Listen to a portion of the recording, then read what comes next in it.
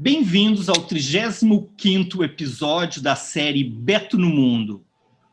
Hoje levaremos vocês ao Vietnã, uma viagem que eu percorri em 1993, logo que cessaram o embargo americano ao Vietnã, e que retornei em 2010, acompanhando o Grand Tour Vietnã. Vocês todos me conhecem, eu percorri quase 140 países nos 6 continentes e a minha história remonta, de viajante lá em 78, 79, quando eu fiz meu high school nos Estados Unidos. Foi um ano emblemático, foi um ano em que teve a Revolução Iraniana, teve na Nicarágua. Então, a gente estava dentro o Tratado de Camp David, foi assinado nessa época, Então, foi bem interessante estar no centro dos acontecimentos naquele ano. Voltei para o Brasil, fiz engenharia e arquitetura, trabalhei na Macedônia, estudei na Suíça e tirei esse ano sabático maravilhoso que eu contei para vocês a semana passada, indo do Paquistão, Xinjiang até o Tibete, entre tantas outras viagens. Eu coordeno há 33 anos a Trip and Travel, que representa o Student Travel Bureau, empresa líder no país em cursos no exterior, e temos o selo de qualidade do Virtuoso, que nos orgulha muito. Todas as nossas viagens de imersão cultural começaram com o grande mestre Monsieur Roche, com o qual acompanhamos viagens pelo interior da França e depois pelo mundo, sempre com enfoque na história, na geopolítica e essa visão global, interconectando as coisas. Paulo Vicentini, que participa conosco dessa apresentação logo mais, coordenador do curso de Relações Internacionais da URGS, grande intelectual, historiador gaúcho, vai nos estar, e também um dos seguidores de Monsieur Roche, vai estar compartilhando seus conhecimentos com a gente. E através dos Grand Tours a gente percorreu grande parte do planeta. Bem-vindos ao Vietnã. Então, aqui está o meu carimbo de entrada, no dia 2 de fevereiro de 2010. Foi a minha viagem mais recente ao Vietnã. A anterior tinha sido em 92, 93, então 17 anos antes. Aqui, o nosso querido grupo, então eu faço uma homenagem especial aqui no centro da tela, 2 amigos que já não estão mais conosco, Paulinho Rodrigues e a Nicole Tomé, que faz 10 dias que nos deixou. E o René também já não está mais com a gente. Então, este é o grupo que a gente explorou a Indochina, Vietnã, Laos e Camboja, que a gente vai estar hoje explorando o Vietnã, e na próxima apresentação iremos para o Laos e Camboja. Então, o Vietnã é esse formato comprido, com 2 baskets. No norte, o delta do Rio Vermelho, e no sul, o delta do Rio Mekong. E ele tem esse formato porque ele faz a fronteira com Laos em função dessas grandes montanhas, que são as Amans Highlands. Então, essa é a divisa geográfica e natural que separa o Vietnã do Laos. Na região norte também nós temos as montanhas e florestas que separam o Vietnã da região de montanhas do Laos e da região de Yunnan, na China. Esta região de grande diversidade étnica, cuja centro da região tribal é o Sapa. Aqui temos o Golfo de Tonkin. As cidades que nós vamos visitar é Hanoi, Hue, Da Nang e Ho Chi Minh. Apertem os cintos e vamos viajar pelo Vietnã. Aqui também ressalto o rio Mekong, que é determinante para a economia, para a história do Vietnã. Capital Hanoi, a língua oficial é o vietnamita, uma república socialista unitária unipartidária.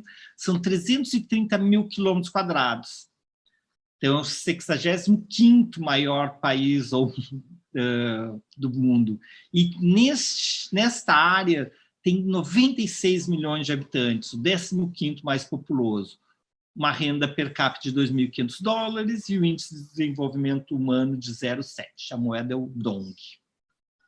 Para a gente se localizar, aqui temos o Vietnã, Laos, Camboja. Aqui nós temos a Índia e aqui nós temos a China. Então, essa península que se chama Indochina, recebe esse nome exatamente por estar entre a Índia e a China. Então, nós temos a península total da Indochina é essa, compõe o Mianmar, a Malásia, Singapura, Tailândia, Camboja, Laos e Vietnã. Sendo que, quando se fala em Indochina, normalmente nós estamos falando da antiga Indochina francesa, que são esses 3 países. Vietnã, capital Hanoi, Laos, antiga capital Luang Prabang, e Camboja, dos templos de Angkor em Phnom Penh.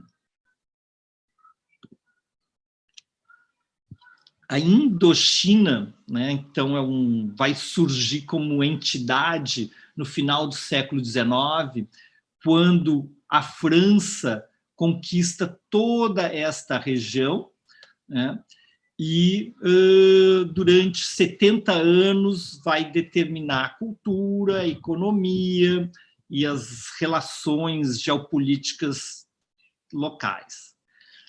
Hoje, nós vamos nos deter no Vietnã e vamos visitar de sul a norte, desde do delta do Mekong, passando por Ho Chi Minh City e Saigon, até Hanoi e Halong Bay. Bem-vindos ao Vietnã.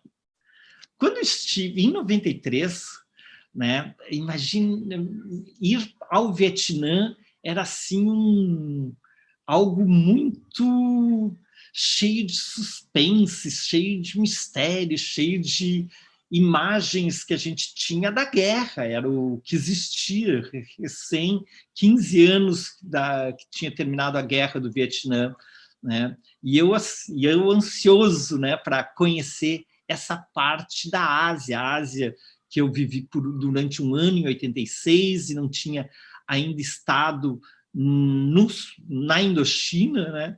Então, foi aqui que eu aterrissei e desbravei essa região cuja geografia é tão fascinante. Olhem só as montanhas, né?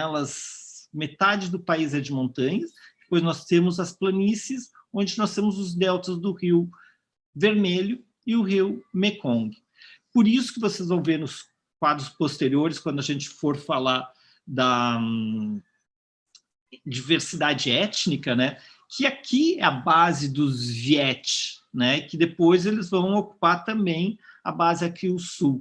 E a região de montanhas, como em todo mundo, na Suíça, que se mantém seus cantões, mesmo nós aqui no Rio Grande do Sul, que a gente mantém nossa cultura local ali na serra, né? É nas montanhas, né, pela dificuldade de acesso, de comunicação, que as culturas locais são preservadas. E o Vietnã não foge à regra, né?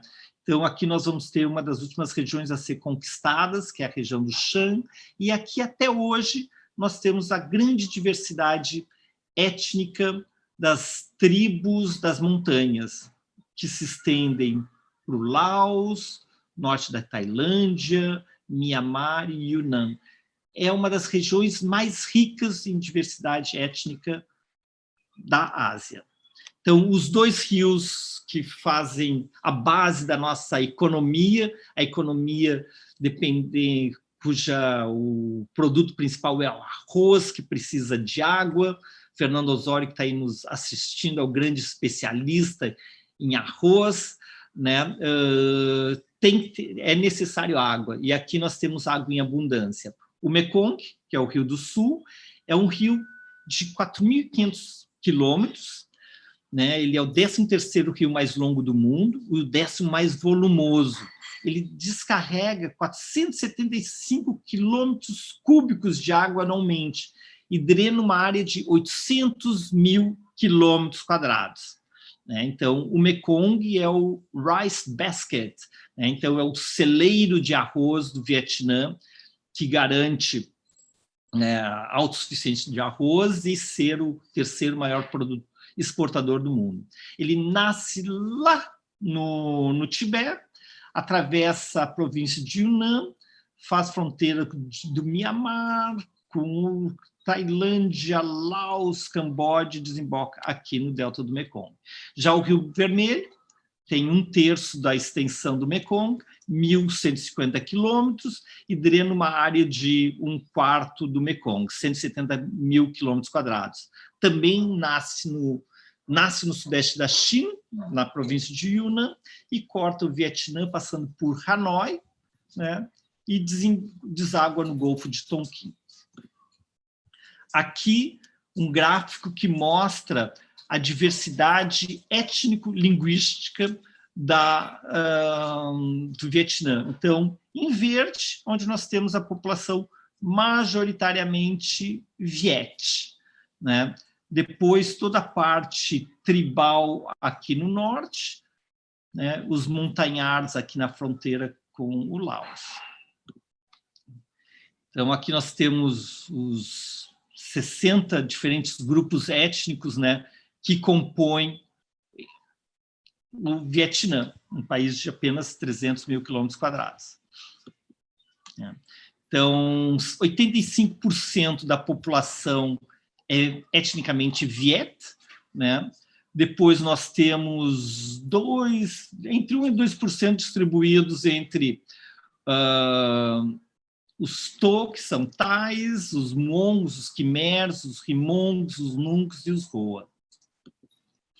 Então, para quem conhece só a costa vietnamita, né, vale a pena voltar para fazer o circuito das diversas tribos do norte do Vietnã. Cada uma com as suas vestimentas, seus adereços, suas línguas, seu idioma. A maioria são animistas, né, acreditando nas forças da natureza.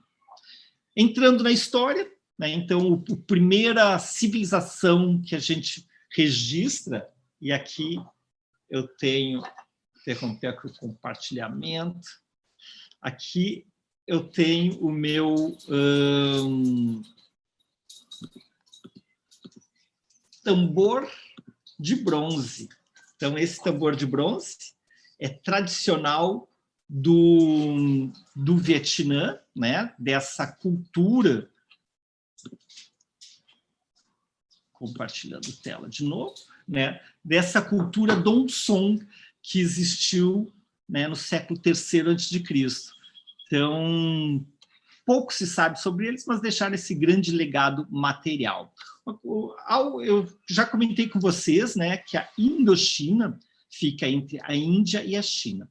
E essa é a grande importância geográfica, né, do local, porque as grandes rotas comerciais que vinham desde o Mar Vermelho, da África, contornavam a Índia, o estreito aqui de Malaca, faziam seus entrepostos comerciais na região aqui de Dong Song, né, para chegar até a China. Então, o nosso entreposto, e a gente sabe a importância disso, né, fazendo com que se beneficiasse e enriquecesse dessas trocas, não só comerciais, como também culturais. E uma das culturas que aí se desenvolve é a cultura Funan, um reino hindu do século I ao século VI. Então, eles vão desenvolver o domínio da água, desenvolvendo o sistema de canais para o transporte e a irrigação. O Funan, os mercadores da Índia vinham, utilizando os ventos das monções, permaneciam no entreposto comercial e 4 meses depois, quando muda nas próximas monções, né, que eles tinham 2 monções por ano, eles retornavam à Índia, e com isso eles acabam deixando a sua cultura, né, e vai se estender ao leste dessa região um outro reino que se chama o Reino Champa, que vai ser um reino muito longo. Ele, apesar de ter seu período áureo ali no século XI, quando ele competia com os quimers, ele vai se estender do século III até o século XIX, quando, nas incorporações dos franceses, ele acaba sendo integrado, totalmente conquistado na Indochina. Mas é uma civilização que, em Da Nang, temos o Museu da Civilização Shang, onde conhecemos toda essa grande região de resquícios arqueológicos e sítios das cidades Shang, e que o sítio mais importante é o sítio de Misson, que a gente visitou próximo entre Da Nang e Hue. A civilização indiana, que fazia o comércio e trazia os seus produtos, acaba trazendo também a sua escrita, o sânscrito, a sua religião, o hindu, e a sua arte e cultura, tanto na arquitetura quanto na escultura. Nós vamos falar mais detalhes sobre isso quando nós falarmos em Angkor, que é o mesmo, a gente pode fazer o mesmo paralelo, né? Então, é uma grande civilização do período áureo asiático, que é no século XII a XV, né? E que vai ser tomado pelos os vietes, né?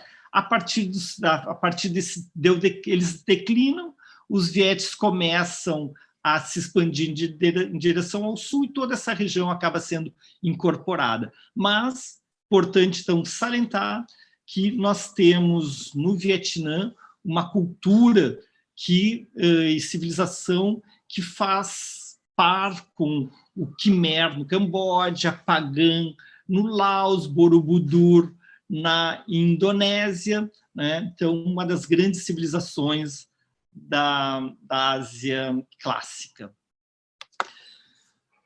Mas a nossa história, né? Tivemos um período Dongshong, né? no século III a.C., mas entre a dinastia Han, cujo povo chinês, etnicamente chinês, é o povo Han, adota esse nome dessa dinastia, que é contemporânea dos romanos, século II a.C. ao século II depois de Cristo. Nós temos o Império Han, que vai se estender e vai conquistar o norte do Vietnã. Tá? Então, em 60 a.C., nós temos o Vietnã conquistado, o norte do Vietnã conquistado pelos chineses, e que vão ficar 1000 anos, e vão deixar, entre outros, o budismo, o pensar confucionista e a organização administrativa do mandarinato. Então, os templos que nós vemos ao longo do país budistas, é um dos legados deste período onde o Vietnã esteve sob o jugo chinês e que é determinante na sua cultura. Então, por mais que o Vietnã mantenha sua identidade étnica, cultural, ela teve toda essa interface muito intensa de 1000 anos com a China. Em 968, em 906, né, no início do século X, nós temos a queda de uma dinastia que foi extremamente importante na China, que é a dinastia Tang, né, que vai governar a China de 618 a 906. é o período de desenvolvimento da Rota da Seda, então nós temos esse braço aqui se estendendo pela Rota da Seda, e quando o norte do Vietnã está ainda fazendo parte. Com a queda da dinastia Tang, nós vamos ter um vácuo do poder e a oportunidade que os vietnamitas têm de várias revoltas não bem-sucedidas. A primeira revolta que eu queria comentar com vocês é das Trang Sisters, lá no início da nossa era, né, há 2000 anos atrás, quando elas se revoltaram e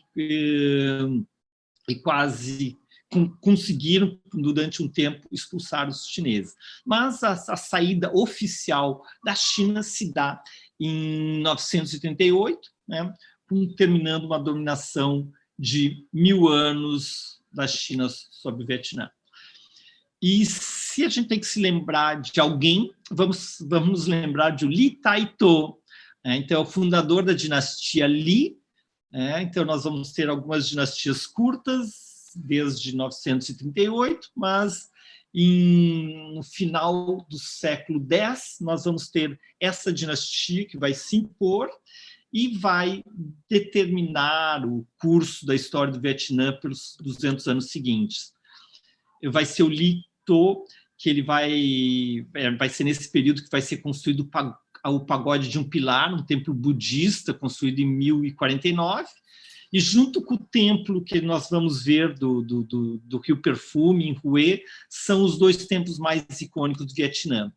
E também em Hanoi se visita o Templo da Literatura, que homenageia o filósofo chinês Confúcio. Foi construído em 1070, então nesse primeiro século da dinastia Li, e abriga a primeira universidade do Vietnã, que funcionou de 1076 a 1779.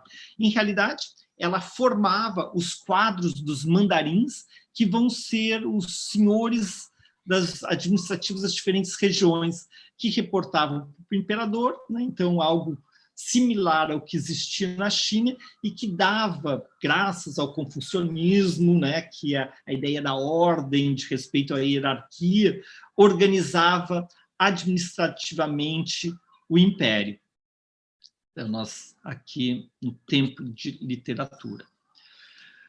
Então, aqui nós temos os Dai Viet, né? Então, as primeiras dinastias do Vietnã, após a independência saírem do jugo chinês, os Chan, a região do Champa, ao sul, que, como comentamos, em alguns momentos conquistou, em outros momentos foi subjugado ao Império Khmer.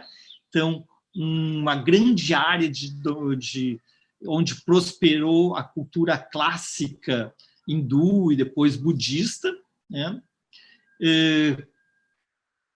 Contemporâneos com o Império de Bagan, aqui Borobudur, né? Então nós temos aqui o período clássico, né, dos anos 1200, 1300 até 1500, né? Vocês sabem que a China vai ser conquistada pelos mongóis, Kublai Khan inicia uma dinastia, que é a dinastia de Yuan, que durante um século vai ser o período de maior expansão territorial da China, né? Mas vocês veem que a fronteira aqui está definida e permanece definida até hoje, né? O Vietnã fazendo a fronteira sul da China. Então, aqui nós temos um reino Viet, que é a dinastia Tran, que vai governar também por 175 anos, né, até o século XV. E a dinastia seguinte, a dinastia Leloi, a dinastia Lê, fundada por Leloi, que vai se estender por outros 300 anos, e que é quando eles tem um resgate da identidade nacional vietnamita, um afastamento com o legado cultural chinês, apesar de estar impregnado, de certa forma, seja pelo pensar confucionista, seja pela organização do mandarinato, e ele implementa a reforma agrária, que vai ser também algo muito importante na nossa análise, porque o Vietnã, antes do período colonial, eram pequenos proprietários de terra autossuficientes ao longo de todo o país. A dinastia Lê, ela vai avançar e vai conquistar a terra dos Shans para o sul, e para o oeste ele conquista o que é o atual Laos. No Mianmar de então, né, nós tínhamos a capital em Java, a Ayutthaya na Tailândia e o Khmer ainda governando de Angkor Wat, né, ainda governando no atual Camboja. Então, aqui uma ideia da corte Li, a corte Lê. E a última dinastia é a dinastia Nguyen. São 3 imperadores, de 1802 até a declaração da independência por Ho Chi Minh, em 1945. Os franceses retomam a família imperial como figura chefe, como figura, não sei se é chefe de Estado, mas como elemento figurativo, né?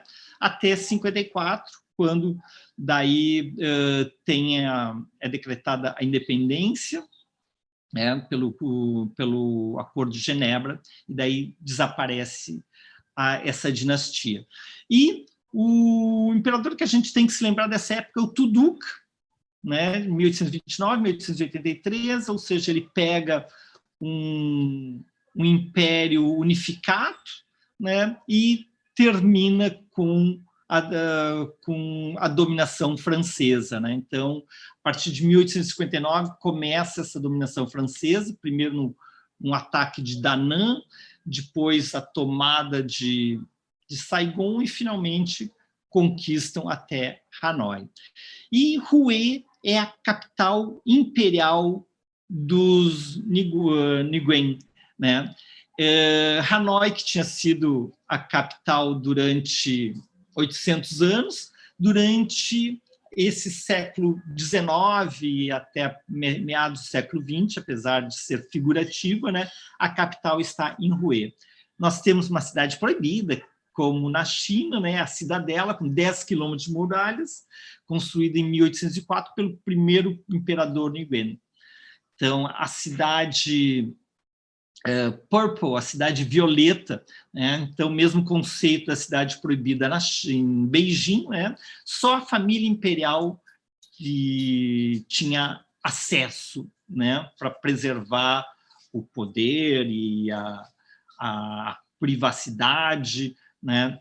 E os franceses vão utilizar muito disso, dessa distância da família imperial do povo, né, para manipular seus imperadores fantoches ao longo dos seus 70 anos de dominação. Aqui a pagoda Chenmu, né, a torre octogonal de 21 metros, construída em 1844, que é a segunda pagoda mais emblemática do país.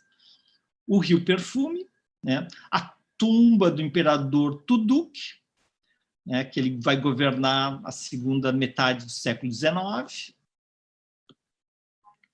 E, entrando, então, no século XX, nós temos um mapa da colonização europeia da Ásia, né?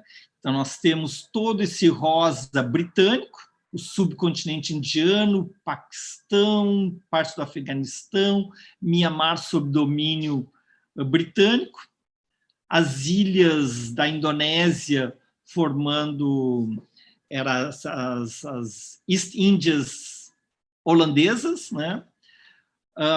As Filipinas espanholas e depois americanas, o Japão, que está se expandindo e já ocupando a Coreia, e aqui a nossa French Indochina, a Indochina francesa.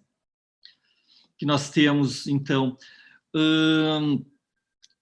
a Indochina, que era dividida em 5 partes: o Laos e o Camboja, e o Vietnã, obedecendo sua geografia, mas também para separar e o seu povo. Nós temos o Tonkin, no delta do Rio Vermelho, a costa de Anã e a Conchinchina ao sul. Então, a timeline da conquista, né? Nós temos 1857 o ataque a Da Nang, 1859 a ocupação de Saigon, né? Então Saigon vai virar sede não, mas sob domínio francês, depois americano e o governo fantoche, de 1859 a 1975. Em 1877, a Conchinchina, né, o celeiro do Vietnã, passa a ser uma colônia francesa, e 1883 é quando toda essa região torna-se um protetorado francês, né? Naquele ano morre o Tu Duc, e a partir daí os franceses vão ter uma série de imperadores que não vão ter acesso à educação, vão morrer crianças, e com isso não vão ter uma ingerência alguma no país, que vai ser controlado pelos franceses. Então, nós temos aqui, para deixar mais claro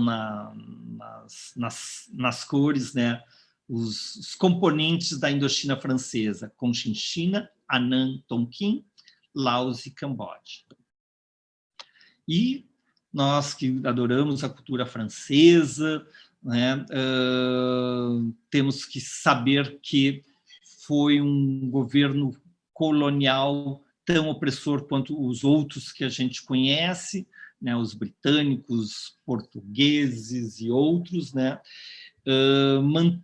desmantelando toda a malha social que existia das pequenas propriedades, das comunidades autossuficientes, porque como um explorador colonial, ele precisava das grandes propriedades, né, então, que seja em mãos de franceses ou de colaboradores locais, né, eles vão construir toda uma infraestrutura para transportar essas riquezas, seja o arroz, seja a borracha, que eles vão trazer da Amazônia e vão plantar em linhas e vão ser muito mais produtivas no Vietnã, né, e para poder controlar uma grande opressão.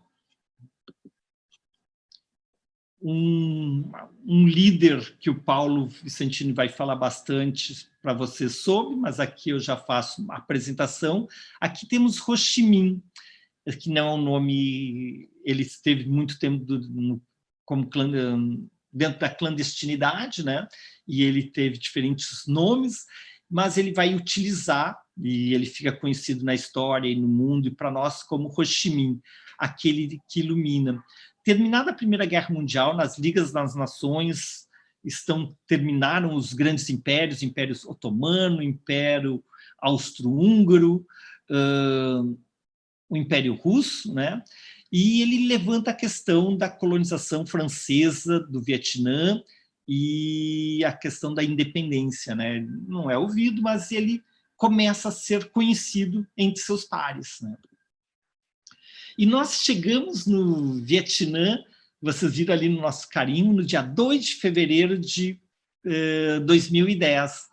Né? No dia seguinte, nas ruas, né, as bandeiras que eu estou aqui na minha camisa, do partido vietnamita, né? Então, estavam decorando todas as ruas, né? Estava se comemorando os 80 anos do Partido Comunista Vietnamita, que foi fundado por Ho Chi Minh, no dia 3 de fevereiro de 1930. Ho Chi Minh, em 1911, ele sai do Vietnã, esteve na França, diferentes partes do mundo, ele vai para a União Soviética a partir da vitória bolchevique, e ele vai retornar, né, daí já na Segunda Guerra Mundial. Então, ao cruzarmos Ho Chi Minh, né, nós tínhamos as bandeiras, né, comemorativas deste feito, né? É legal, né? Eu gosto de viajar e estar em locais, em momentos emblemáticos, né? Como comemorando 80 anos do Partido Vietnamita.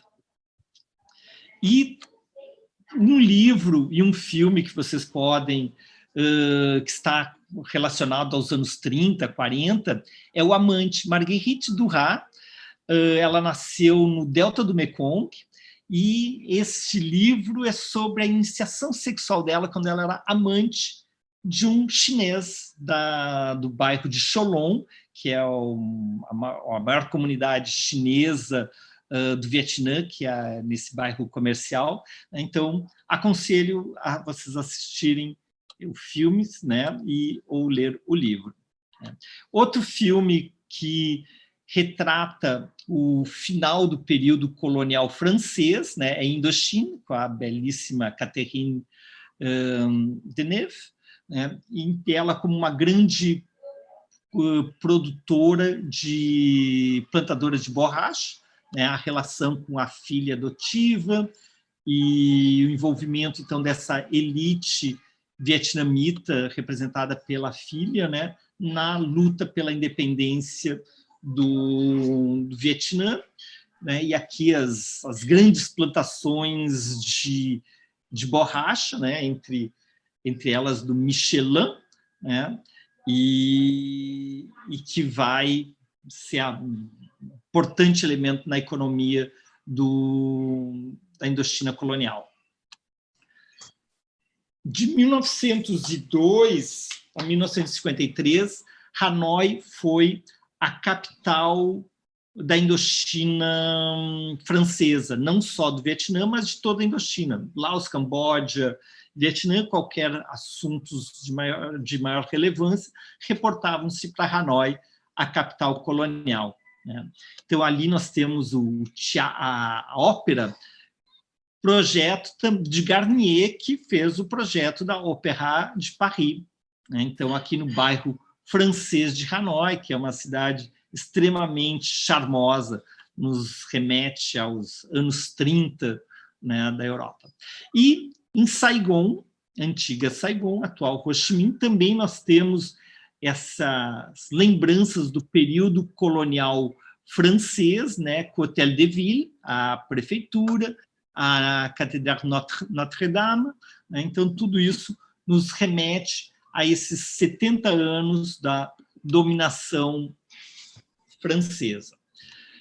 E agora eu passo a palavra ao Paulo Vicentini, cujo publicou muitos livros ao longo da sua grande carreira de intelectual, professor, coordenador do curso de Relações Internacionais da URGS, aluno do Messier Roche, e que, ao longo dos nossos 30 anos de STB Trip and Travel, várias vezes ele colaborou com suas análises da China e tantas outras, né? E, então, eu vou interromper aqui o compartilhamento para a gente ver a cara do Vicentini. Tudo bom, Paulo? Então, tu liberando o teu microfone, tu começando a falar, tu vem aqui para o primeiro plano.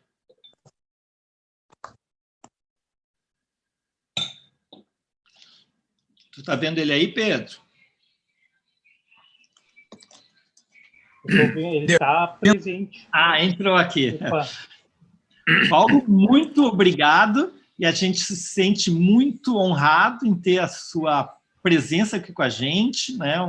Um dos grandes mestres, maior conhecedor de geopolítica que nós temos aqui no Estado, então, e grande conhecedor e autor de livros ligados à Guerra do Vietnã. Então, muito obrigado por tomar teu tempo para compartilhar teu saber com a gente. Bom, eu quero agradecer o convite, é um grande prazer falar para um público selecionado, né, que é um público que sabe dar valor ao que tem valor no mundo, tá? E há nem dá para dizer um operador de turismo, vamos dizer assim, um desbravador do turismo saudável, do turismo culto, né, muito na linha aí do Messier Roche. Esse livro que ele mostrou, que é um opúsculo, né, um pequeno livrinho sobre a Guerra do Vietnã, que, quando eu era um jovem professor, recém havia entrado na URGS, nos meados dos anos 80, o Sérgio Gonzaga era o diretor da editora, né? Eu fazia palestras no cursinho, ele gostava muito, e me provocou, ele que encomendou um livro sobre o Vietnã. Eu fui estudar, né? Naquela época não se tinha muita informação, e produzimos um pequeno livro que foi mostrado aí pelo Beto, tá? Que também é meu apelido de família aqui, Beto, né? Gilberto, Paulo Gilberto. Então, foi algo que muito espontâneo, assim, para um jovem professor. Eu me dediquei a ler bastante e fiz um trabalho de síntese que teve, depois de várias edições na URGS, quando não produziram mais, tem uma outra versão que saiu pela editora da Unesp de São Paulo, com um título diferente, um pouco modificado, chamado Revolução Vietnamita. E esse pequeno trabalho me chamou muito a atenção. Assim, ele teve uma boa divulgação, onde teve várias edições, um livro assim não muito pretensioso, tá? Mas que me levou a conhecer um mundo, e naquela época, nos anos 80, não se viajava tanto, tá? Como aconteceu depois dos anos 90. Então, na verdade, eu escrevi sem conhecer o país ainda. E 20 anos depois, numa conferência lá em São Paulo, estava o embaixador do Vietnã, e quando terminou a palestra, ele veio me cumprimentar e disse: mas o senhor é um profundo conhecedor, quantos anos o senhor passou lá? Eu fui obrigado a dizer a ele: eu nunca estive no Vietnã. Eu fui conhecer depois, né, mais tarde, numa missão acadêmica, né, e é mais ou menos como casar por procuração e descobrir que a noiva é muito bonita, né? Ou seja, um povo que tem uma história fenomenal, né? Uma história marcada assim por um orgulho, né? Por um orgulho nacional muito grande. É interessante, o Vietnã é um dos únicos países daquela região que tiveram, graças à colonização francesa. O colonialismo, ele sempre tem dois lados, né? Aquele lado da espoliação, etc., mas ele, às vezes, quando um povo tem vontade, ele serve de uma alavanca para entrar no mundo moderno. Então, a língua vietnamita ela foi passada para o alfabeto latino, né? Então, é praticamente o único país asiático que escreve com caracteres latinos, né? E isso facilitou enormemente a comunicação e a ligação. E é interessante que, inclusive, os patriotas vietnamitas, né? Porque tinham revolucionários e patriotas, e eles meio que se fundiram historicamente. É muito interessante isso. E eles acharam isso muito bom para se demarcar dos seus ancestrais chineses. Uma migração, o Beto mostrou aí, uma migração de chineses que foi para o sul, foi se misturando com povos malaios, né? Mas constituiu um país muito interessante, muito singular, um país único, né? E que se expressa, inclusive, na sua personalidade nacional, né, no seu grande nome, né, o Ho Chi Minh, o Ho, aquele que ilumina, né, que vamos dizer assim, é um líder que tem um humanismo, um convívio com os outros povos. Uma das fotos que o Beto mostrou aí aparece uma conferência em Paris, né? Lá da Internacional Socialista, logo depois da Primeira Guerra. E você olhe naquela imagem depois e vocês vão ver um olhar meio de desprezo que aqueles outros socialistas franceses tinham em relação a ele, né? Muito tímido no meio daquelas pessoas ali. Tá? Ele era uma pessoa extrema. Aí, olha lá uns bigodudos ali atrás com um ar um pouco de desprezo, assim, olha, o que a gente tem que aguentar, né? Vem esse menino aqui falar. E ele era uma pessoa que primou a sua vida inteira pela simplicidade. Eu acho que talvez seja o único líder socialista que nunca foi capaz de cometer crimes e coisas do gênero. Vocês podem ver que praticamente não existem essas obras denegrindo, tá? Porque ele tinha aquela coisa meio confuciana de ser um professor, de ensinar ao povo as coisas, tá? De ter simplicidade. Então, na época que começaram a lutar contra o domínio francês, ele disse que o pessoal tinha que fazer, que o seu partido, o seu movimento político, que era uma mistura de nacionalismo, né, com visões socialistas, que eles tinham que fazer um jornal, né, para o povo. Aí eles fizeram um jornal e mostraram para ele. Ele disse, olha, esse jornal está muito bonito, só que ele será útil quando 50 anos depois que o povo tiver totalmente alfabetizado, tiver segundo grau, isso não dá para entender nada. E imagine um camponês trabalhar 10 horas, 12 horas por dia e sentar com um pequeno lampião e vai tentar ler isso aqui. Então, assim, artigos curtos, letra grande, linguagem simples e direta. Que vocês não são os intelectuais que falam para os intelectuais, mas vocês têm que fazer uma síntese e expor ao povo.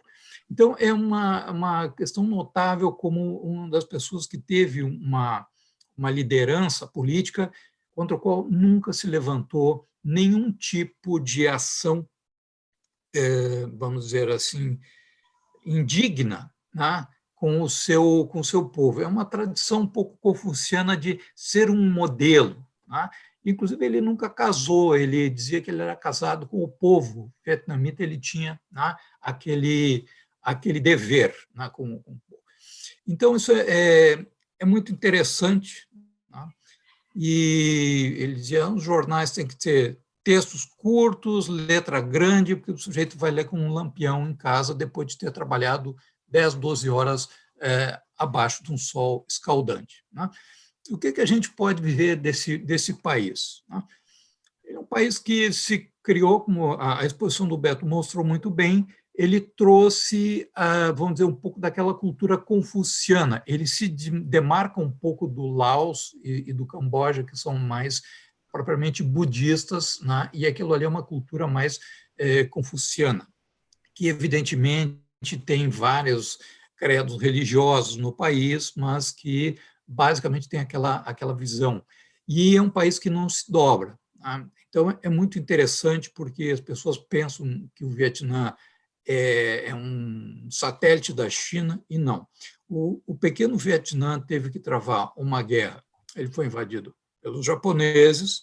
Posso entrar Vou dividir a tela aqui na timeline ali que eu te passei, Paulo. Exatamente. Vejam só, então, que ele é um litoral muito estreito, com montanhas que vão para o interior, tá? E ele tem uma diferença muito grande do resto da população. E dos outros dois países que são mais próximos da cultura ali tailandesa e Khmer, né, no Camboja. Então, ele é bem diferenciado. E durante a Segunda Guerra Mundial, né, eles, evidentemente, começaram uma guerrilha contra os japoneses, tá? Muitos já no fim da guerra. A rendição japonesa foi precipitada, né, pelos acontecimentos, pela bomba atômica, etc. E os ingleses desembarcaram no sul, né, para pegar a rendição dos japoneses, os chineses do Chiang Kai-shek no norte avançaram, né, ocuparam uma parte do país, enquanto esses guerrilheiros que estavam na floresta saíam, né, para tentar ocupar o poder. E o resultado foi que os franceses vieram. Então, eles tiveram uma guerrilha pequena, mas que era muito mais educativa ainda na época contra o Japão, né? Eles não tinham quase armamentos, e tinha um trabalho muito confuciano de educar o povo, assim, que tinha que convencer. Né? Então, ele dizia para os seus quadros, se vocês chegarem numa aldeia, peço autorização para os mais velhos para vocês acamparem ali. Acampem do lado de fora da aldeia, tá? E não imponham força, né, nenhuma, tá? E expliquem para eles o que vocês estão fazendo, e se eles oferecerem comida, então vocês aceitem, sejam respeitosos com essas pessoas. Então, o Ho Chi Minh ele tinha Ho, aquele que ilumina, quer dizer, né, isso na nossa língua. Então, ele tinha a ideia de que eles tinham um trabalho muito mais de educar o povo para que o povo compreendesse as coisas. E o Vietnã era uma floresta, mas eles diziam que os seus lutadores tinham que se esconder dentro de uma outra floresta que fosse o povo, e não pela força, mas pelo convencimento, pela educação. Então, ele tinha quase que um jeito de monge, ele tinha os dentes estragados, assim, mal cuidados, ele sentava no chão, tinha uma sandália, um macacão velho. Tá? Ele nunca, desses dirigentes socialistas, foi praticamente o único que se tem notícia de que um homem que nunca se deixou dominar pelo poder, pela autoridade sobre os outros, mas sim pela educação e pelo convencimento. Então, isso é algo muito confuciano. Tá? Os franceses cometeram esse erro, tá, de tentar voltar àquele colonialismo e foram derrotados. Eu tive o prazer de fazer alguns cursos com o Messier Roche, que foram cursos fenomenais sobre a Indochina, né, que tudo isso ajudou muito a compreender a visão que eles tinham. Então, uma ideia de que o líder ele tem que ser um professor também e que dá exemplos. Tá? Então, quando os franceses foram derrotados, os Estados Unidos estão saindo da Guerra da Coreia, tá? E estão preocupados com a mudança que houve na China, por exemplo. Então, eles vão gradativamente entrando no país, o país é temporariamente dividido naquela linha, tá? E vocês vejam aqui o mapa, diz o Messier Roche, os mapas falam, é só a gente olhar e ver que eles falam.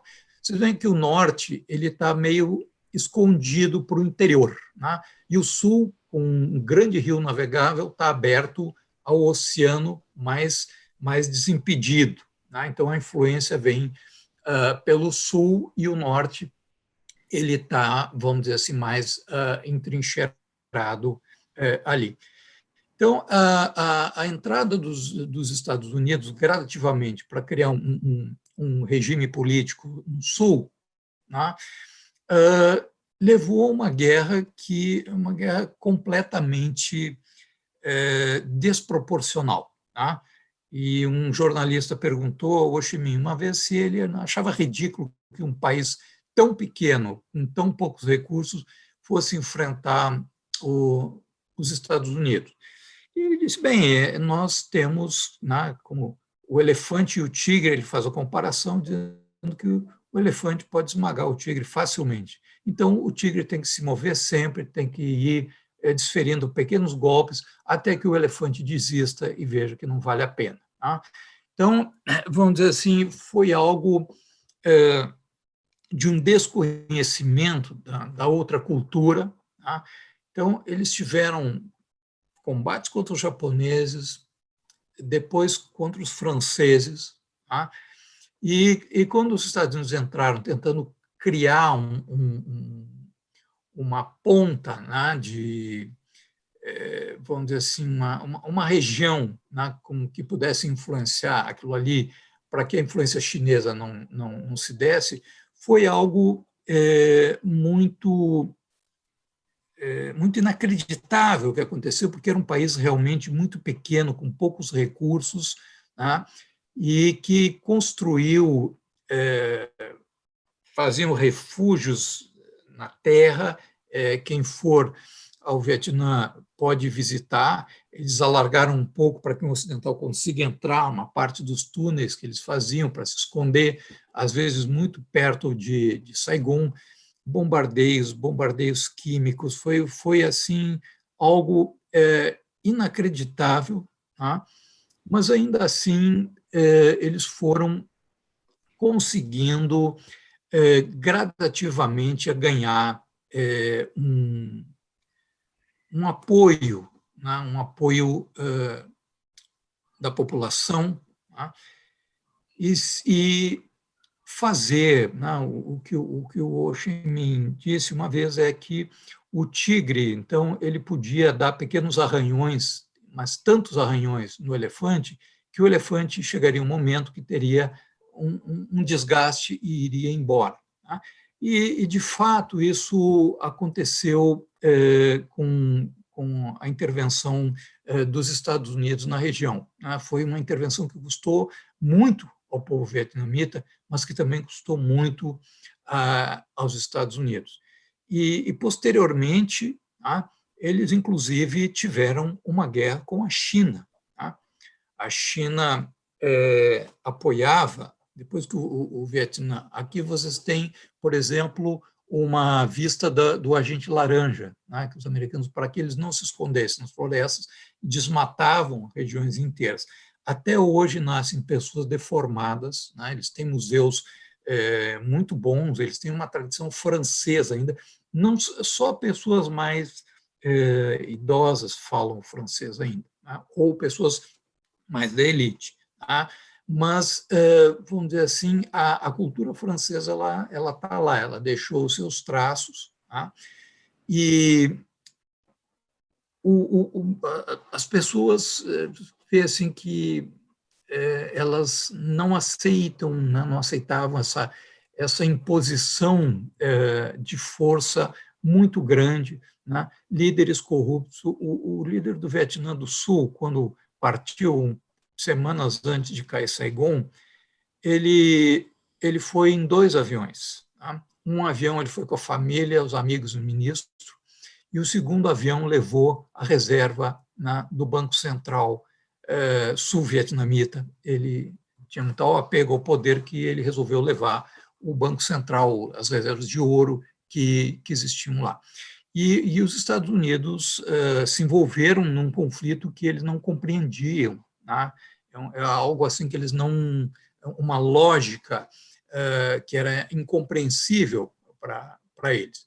E quando a guerra está terminando, a China ela fez aquela aproximação com os Estados Unidos na época do Deng, nos anos 70. É impressionante os movimentos, né, de pacifistas nos Estados Unidos que se voltaram contra a guerra, que era uma guerra extremamente desproporcional, tá? Que existia naquele momento. Mas, posteriormente, depois de terminada a guerra, tá, a China ela nunca conseguiu... essa é uma foto famosa, essa menina que está correndo aqui, ela está com napalm nas costas, queimando na sua pele. Tá? Passou por inúmeras cirurgias, hoje ela vive nos Estados Unidos. Tá? Ela passou por inúmeras cirurgias nesse momento. E em 79, a China invadiu o Vietnã, né? Com o mesmo número de soldados que os Estados Unidos tiveram no pico da sua intervenção, que era em torno de 600 mil. E não foi uma estadia fácil, inclusive houve reações na China mesmo, a população ficou indignada, né, com aquela... Então, uma coisa interessante, o Vietnã tem um regime parecido com o da China, mas ele tem um nacionalismo e uma vontade de independência inacreditável. Tá? se vocês estiverem por lá e começarem a conversar com vietnamitas e disserem que eles são muito parecidos com os chineses, eles vão se ofender profundamente. Tá? Os chineses tiveram, em um mês de intervenção no norte do Vietnã, foi o momento que o Vietnã tentou expulsar aquele grupo de fanáticos da Camboja, do Pol Pot. Tá? Eles, vamos dizer assim, foi um momento difícil e que no norte, os chineses invadiram um pedaço do norte e tiveram o mesmo número de baixas que os americanos tiveram ao longo de todos aqueles anos de guerra, 60 mil mortes. Tá? Então, os vietnamitas eles conquistaram isso muito pelo seu mérito. Tá? Eles não tiveram apoio de tropas estrangeiras lá para conseguir a unidade do seu país. Evidentemente, como toda guerra, foram cometidos excessos, sim. Tá? Houve muitos problemas, tá? Mas eles têm uma força de vontade, eles têm um orgulho nacional extremamente forte, tá? E eles não aceitaram a tutela chinesa. É engraçado, inclusive, que hoje, né, a quantidade imensa de turistas norte-americanos que vão ao Vietnã. E é muito interessante os museus, né, já estou me aproximando aqui do fim, os museus, como os museus da guerra, tanto em Hanoi como em Saigon, Ho Chi Minh, no sul, eles têm um material muito importante e é interessante como a gente observa o público, e uma grande parte do público que vai aos museus são norte-americanos. E eles entram com aquele jeitão de americano, assim, que estou de férias, estou passeando, como tudo é barato aqui, que legal. E eles começam a olhar as fotos, tá? E os objetos que tem ali. E quando eles saem, se vocês forem olhar esses museus, tanto em Hanoi como em Ho Chi Minh, Saigon, vocês observem o semblante dos norte-americanos que entram no museu e quando eles saem do museu, eles têm uma outra face. Porque às vezes eles não conhecem muito da sua própria história. E é interessante porque eles não são mal recebidos, né? Desde 95 eles têm relações diplomáticas e os Estados Unidos apostam um pouco nisso, na rivalidade que o Vietnã tem hoje com a China. Tá? Então, um país muito povoado, muito organizado. Né? Quando forem atravessar a rua, vai vir enxames de bicicletas, e a guia diz assim, não olhe para a bicicleta, olha para frente e vai caminhando. Está na faixa, caminha direto. E eles desviam de você. Se você fizer um movimento, as bicicletas podem se atrapalhar. Né? Então, é muito interessante esse caminho, né, seguido, né, e que resgatou, na verdade, uma tradição histórica muito grande de independência, de orgulho nacional e de que um país pequeno não receba ordens de um outro país. Tá? E como eles vivem bem, hoje convivem com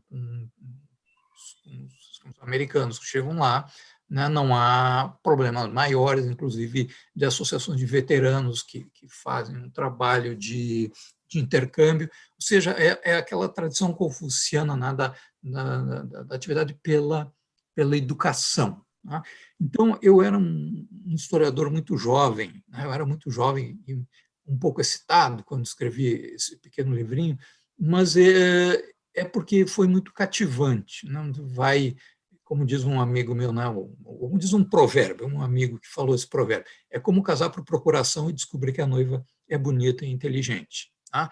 Então, conhecer o Vietnã é algo que surpreende. Eu não conhecia a parte central, mas simplesmente Hanoi, Haiphong e aquelas montanhas que tem no Golfo de Haiphong, no Mar do Norte, lá no norte da China, do Vietnã, né? E conhecia a região meridional em torno de Saigon, os túneis no interior, o rio Mekong, mais ao sul, né?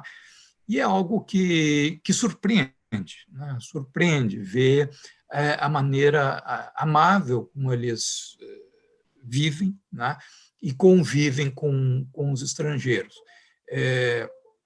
Eu me recordo que, ao chegar, era inverno, e anoitecia cedo, chegando em Hanoi, e a guia, uma menina que devia ter uns 22 anos, trabalhava na agência de turismo, e ela foi ali porque toda a parte terrestre se pagava para eles, era uma agência vietnamita, e eles cuidavam de tudo, as passagens, os hotéis. Então, era uma quantidade X de dólares que cada um tinha que dar. Aí chegou essa menina, era 8 e pouco da noite, 9, estava escuríssimo já, né? As ruas não tinha muita gente andando, e todo mundo foi dando seus dólares. Ela juntou, montou no envelope, anotava o nome de cada um, botou na bolsa, e aí todo mundo se olhou e disse: você não tem medo de sair daqui com esse dinheiro? Ela olhou e disse: por quê? Isso não pode ser assaltado? Não, aqui só se assalta uma vez, não tem segundo, não tem assaltante reincidente, né? E a menina saiu naquela escuridão com uma bolsa cheia de dólares, uma delegação relativamente grande, e era toda a parte interna, né, foi organizada ali. E no outro dia, às 8 da manhã, ela estava lá no café da manhã, foi tudo tranquilo. O que poderia ter acontecido, diz ela, né? O que poderia ter acontecido?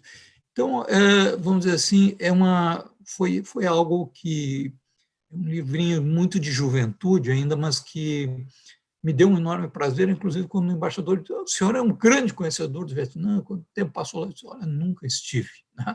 Fui mais tarde, né? Então, isso mostra que um povo, né, pode fazer, né, quando ele tem um propósito, né, onde tem uma cultura que é uma cultura confuciana, tá? E a gente nunca deixa de se surpreender, tá? Então, ele tem uma história que não foi uma história fácil. Até hoje nascem crianças com defeitos físicos por conta dos agentes químicos que foram jogados nas florestas, tá? Até hoje eles trabalham desenterrando minas, tem gente lavrando e ainda pisa em alguma, tá? Tantas décadas depois, isso acontece. E, no entanto, eles têm, né, aquela tradição confuciana de se adaptar, né, de se adaptar. Então, para quem não conhece, é um país que vale a pena, tá? E espero que vocês tenham mais tempo do que eu, que fui meio a trabalho, uma série de visitas que ia desde associações culturais e monumentos históricos até fábricas e coisas do gênero, né? Na verdade, eu fui a trabalho e espero voltar um dia como turista, sem ninguém com um relógio do meu lado para fazer. E um povo extremamente amável, né? E de bem consigo mesmo, né? Com todas as dificuldades de um país superpovoado, a gente vê essa tradição. Eu quero agradecer ao Beto, né, por mais essa oportunidade de falar com esse público seleto e dizer para vocês que vale a pena, né, uma viagem que vale a pena, e eu gostaria de ir agora apenas como turista futuramente, mas estamos nessa tragédia aí, né, eu estou esperando que tudo se abra para poder agora não ir mais a trabalho. Obrigado pela atenção de vocês. Paulo, muito obrigado pela participação, e fazendo o fechamento com o que o Paulo estava colocando dessa visão pragmática do vietnamita em relação a seus vários conflitos, eu queria compartilhar com vocês aqui o pensamento e o legado que o nosso guia nos passou.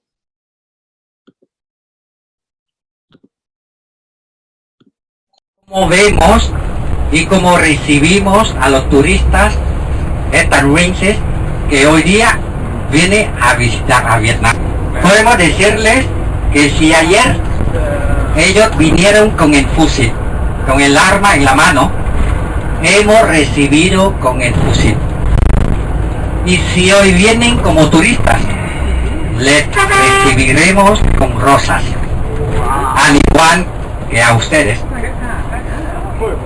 Diciendo esto muy bonito, pero no es fácil para nosotros.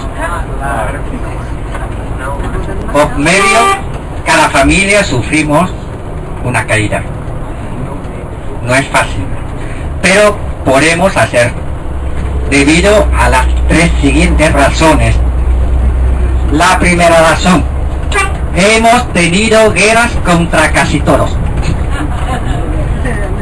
Chinos, mongoles, coreanos, japoneses, tailandeses, camboyanos, franceses, americanos. Si guardamos el odio con quien convivimos.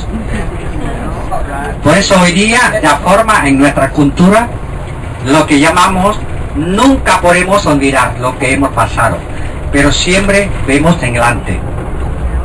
La segunda razón: 85% de la población vietnamita somos budistas o algo ligado al budismo. Y Buda nos ha enseñado de que la venganza nunca mata al odio, crea más odios. Por eso hay que perdonar. No es fácil para nosotros perdonar, pero aprendemos a perdonar.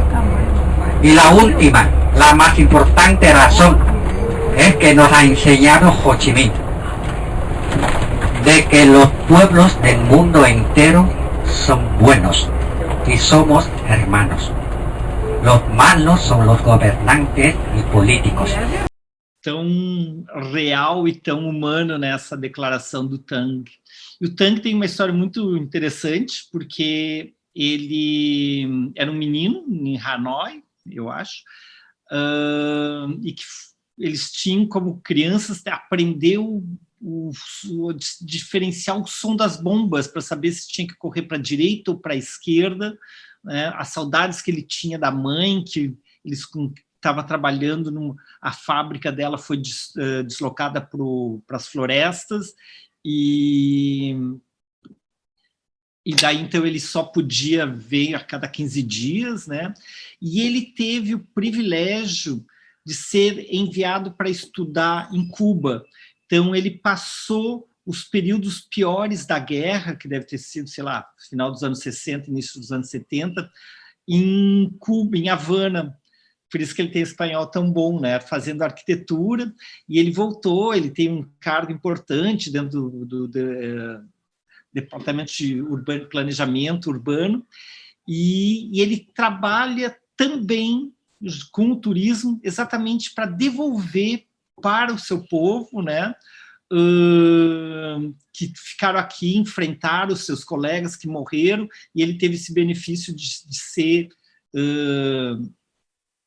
ter tido essa formação lá fora, né? E ele tem que devolver para o país, e tem que devolver para os seus conterrâneos, né? E ele foi nosso guia maravilhoso, assim, todas essas características humanas que o Paulo comentou de Ho, a gente via também no Trang, né? Então, seguindo aqui, a gente continua com a nossa apresentação, né? Então, o Vietnã aqui em amarelo. Nós vemos a divisão histórica da época da Indochina em Tonkin, Annan e Cochinchina, né? Um itinerário tradicional de visita ao Vietnã. Normalmente se começa pelo Camboja, onde se visita as ruínas de Angkor Wat, se vai a Ho Chi Minh, o delta do Mekong, da lá, Hoi An, antigo porto, Hue, antiga capital imperial, e Hanoi com Halong Bay. Então, a gente vai começar pela antiga Cochinchina, aqui por antigo Saigon, Ho Chi Minh City, as grandes cidades do delta do Mekong, que é My Tho e Can Tho. Can Tho era onde a Marguerite Duras vivia. Então, em 75, com a queda de Saigon, né, ela é renomeada com o nome do líder da independência, que é o Ho Chi Minh. Então, o Vietnã teve vários momentos de independência. Em 1945, quando tem a rendição japonesa, e no mesmo dia Ho Chi Minh declara independência. Em 54, quando a partir do Tratado de Genebra o país termina, os franceses são derrotados e o país é dividido, o norte sob os comandos de Ho Chi Minh, ao sul com um governo pró-ocidente, um governo católico que vai perseguir os budistas, né? E, finalmente, em 75, quando temos a vitória contra os norte-americanos. Então, 45, 54 e 75 são os 3 momentos de independência do Vietnã.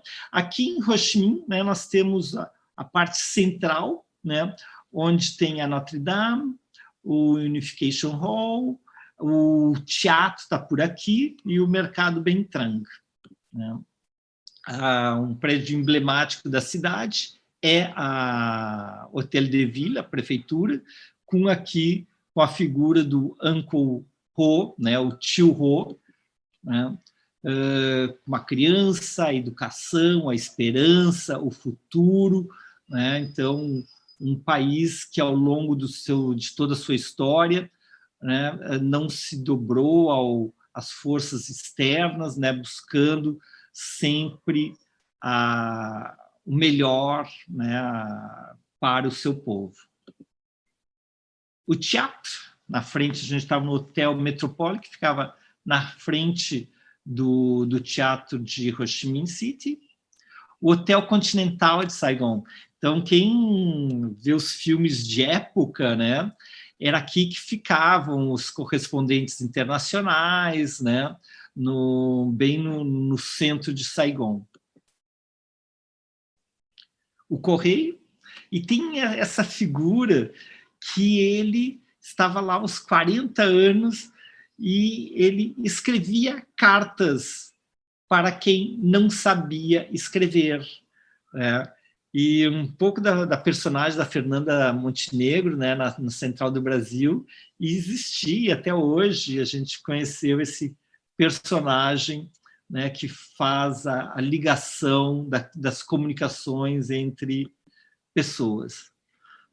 Esse menino, né, ele falava inglês, francês, italiano, espanhol, vendendo seus cartões postais, que mostram muito esse empreendedorismo, essa garra que fez do Vietnã, que teve embargo americano até 93, hoje logo ter uma economia dinâmica e ser um dos pequenos tigres asiáticos.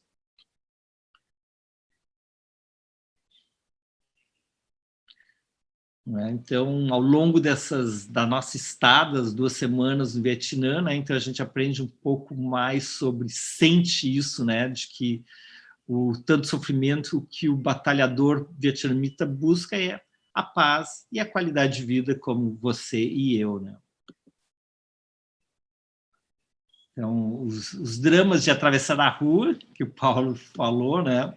Então, na primeira vez que eu estive em 93, não existia motocicleta, era só bicicleta, né?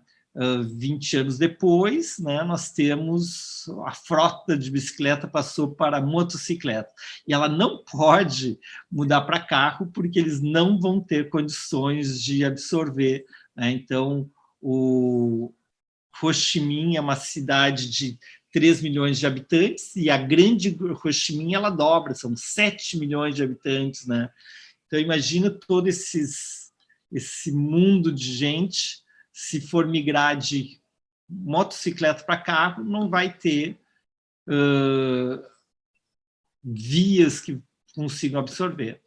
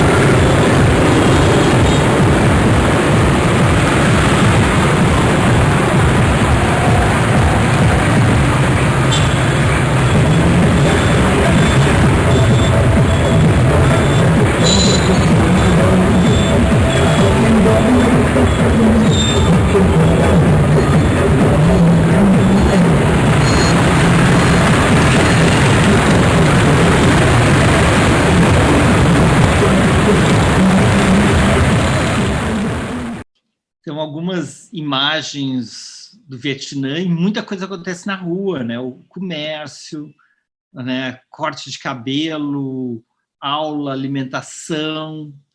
Então, nós mesmos, como visitantes, conseguimos ver um pouco de como é o dia a dia nas ruas. O Delta do Mekong, né?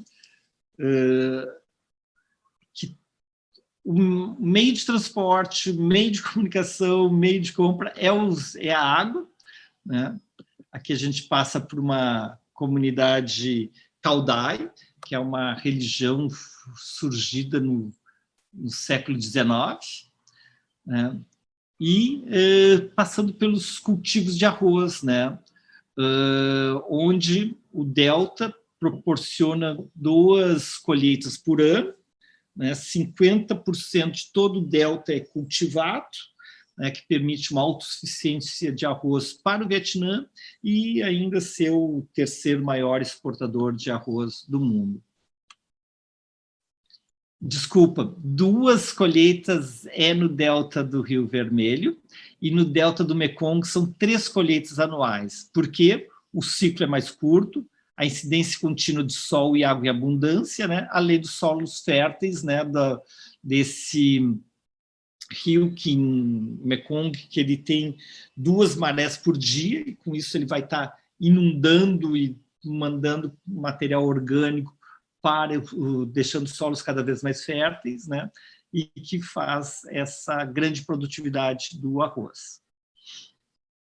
Na época era o 2º, agora ele está como 3º. Depois o Fernando Osório nos conta aí qual que é o ranking atual do Vietnã na exportação de arroz. E é muito legal, porque tudo a gente faz de barco. Então, o barco foi uma maneira da gente explorar o Delta do Mekong, depois pegava charrete, né? E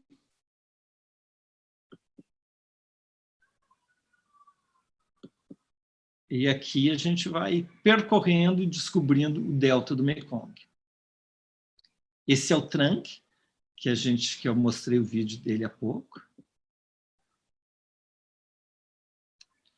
E ele o Trang já era um senhor. Já o nosso guia de Da Nang, o Queen, ele já compartilhou sonhos e visões de um jovem que nasceu no Vietnã já unificado e tem grandes aspirações para si e para o seu país. 2 visões diferentes que se complementam para compreendermos a complexa situação do Vietnã, né? Então, é importante não esquecer o passado, é importante olhar para o futuro, né? E essa resiliência que o vietnamita tem faz com que ele consiga sobrepor, né, todos os desafios que se enfrentam. Então, aqui nós estamos na costa leste, nós vamos visitar Hoi An, que é um porto, né, e junto a uma praia. Então, é possível utilizar Hoi An como um centro apenas de lazer, aproveitando o mar, a piscina, né, a pesca, os botes tradicionais vietnamitas, né? Mas muito legal é passear pela cidade antiga. Então, Hoi An, ela já na época do Shang, era um porto marítimo importante, do século II até o século X, né? Depois ela vai ser dada pelo rei Shang para os vietnamitas como dote de casamento, quando o rei Shang casa com uma princesa vietnamita, no século XIV, século XV, o rei seguinte nega e tem conflito com os vietnamitas, e a partir do século XVI, esse porto retoma sua importância e durante 400 anos vai ser um importante porto similar a Macau, em Malaca, né, onde holandeses, franceses, chineses, japoneses, portugueses, né, faziam o seu comércio. Os chineses e japoneses vindo do norte vinham na primavera, aqui se estabeleciam, aqui nós temos a ponte chinesa, ficavam 4 meses, depois pegavam os ventos do verão e voltavam para a sua região. E com isso nós tínhamos, aqui é nosso grande grupo, nós tínhamos comunidades de expatriados, né, comerciantes em Hoi An. Então, Hoi An é tipo uma Paraty, né, porque daí depois teve a siltificação do rio Cai, e com isso ele perde a sua importância como um porto comercial que passa a ser para Da Nang. E com isso nós temos todas essas construções do início do século XIX, né, que faz com que Hoi An pareça uma cidade parada no tempo, né, extremamente charmosa. Então, um ritmo de Vietnã do passado que, obviamente, Ho Chi Minh e Hanoi não tem mais. E Hoi An era muito importante pelo comércio, então vinham os produtos, a seda, a porcelana, a madrepérolas do norte, vinham a pimenta e as especiarias das Índias orientais holandesas, né? Então era um porto extremamente próspero, né? Até dar lugar a Da Nang no final do século XIX e início do século XX.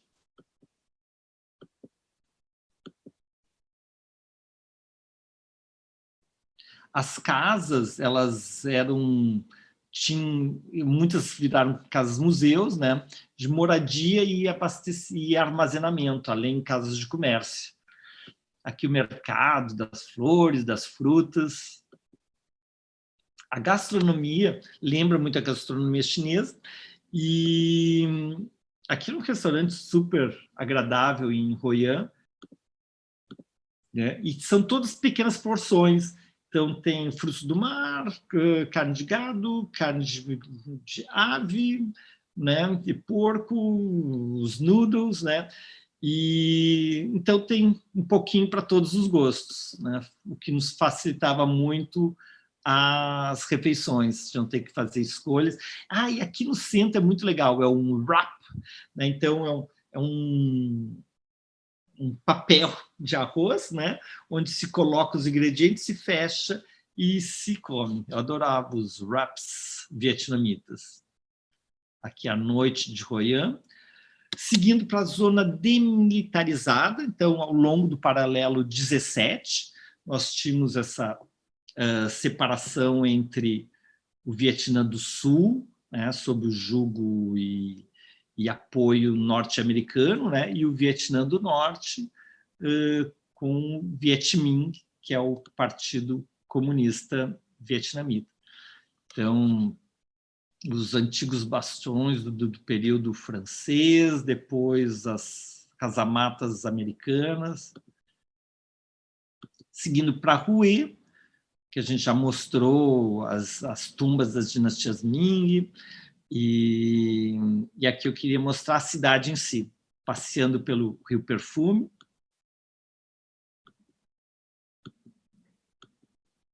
E eu adoro acordar cedo e ver o movimento. Então, esses registros de o que eles conseguem carregar na moto. Olha aqui, fez todo o mercado aqui, ou está levando para o mercado. O taxista aí com o banquinho na frente livre. Esse já tem encomenda no carrinho. Esse está esperando o cliente. As flores. Essa foto eu amo, que foi a foto que eu coloquei no convite aqui. E seguindo, então, agora para a região norte. Então, a região do Delta do Rio Vermelho, né? E Hanoi, e aqui Halong Bay. O Lago de Hanoi, e nós estávamos lá na comemoração de 1000 anos da fundação de Hanoi, a capital da dinastia Ly, com a sua igreja e era o período do Ano Novo, né? E daí, no Ano Novo, eles fazem essas... se colocam tanto árvores de laranja quanto as de cereja, né, para comemorar a fartura.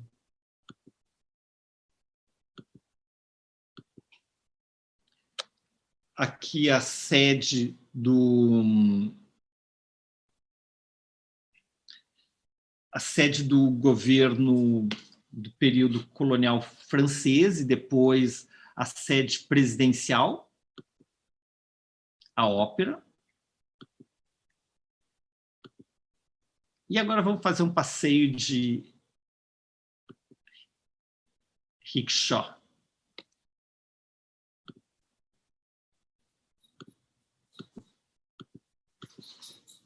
As floristas, eu adoro.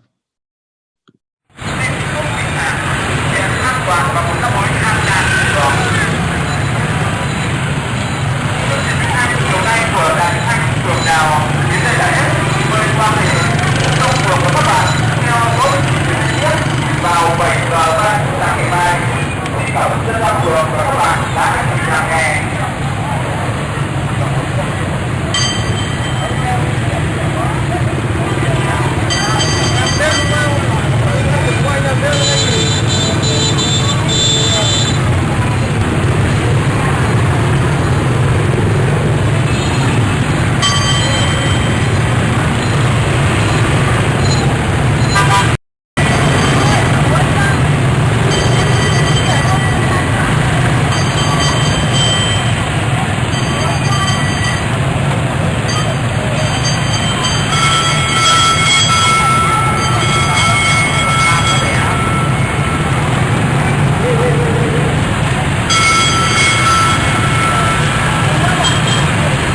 Aqui o mausoléu do Ho Chi Minh, Angkor Wat, e o Paulo falou da simplicidade, da humildade dele, né? Então, eu me lembro no comentário do nosso guide que custava caro essa simplicidade do Ho Chi Minh, né? Porque ele permaneceu morando nessa casinha, né? Então, para fazer toda a segurança e tudo mais, porque ele ficava vulnerável, né? Mas sim, ele não quis mudar da casa simples a qual ele tinha direito, estava acostumado. Museu etnográfico, com as diferentes regiões, a riqueza da diversidade tribal do Vietnã. E a gente termina agora, então, por Halong Bay, né? Então, Halong Bay, cenas de muitos filmes, no filme Indochina é representado, né, essa região. No caminho também as plantações de arroz. E a gente embarcou no Emeraude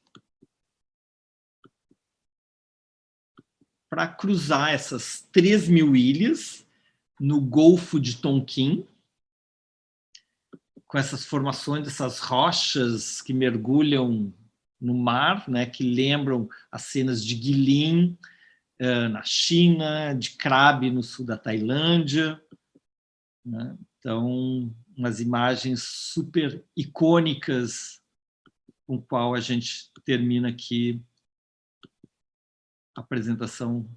Cidades flutuantes.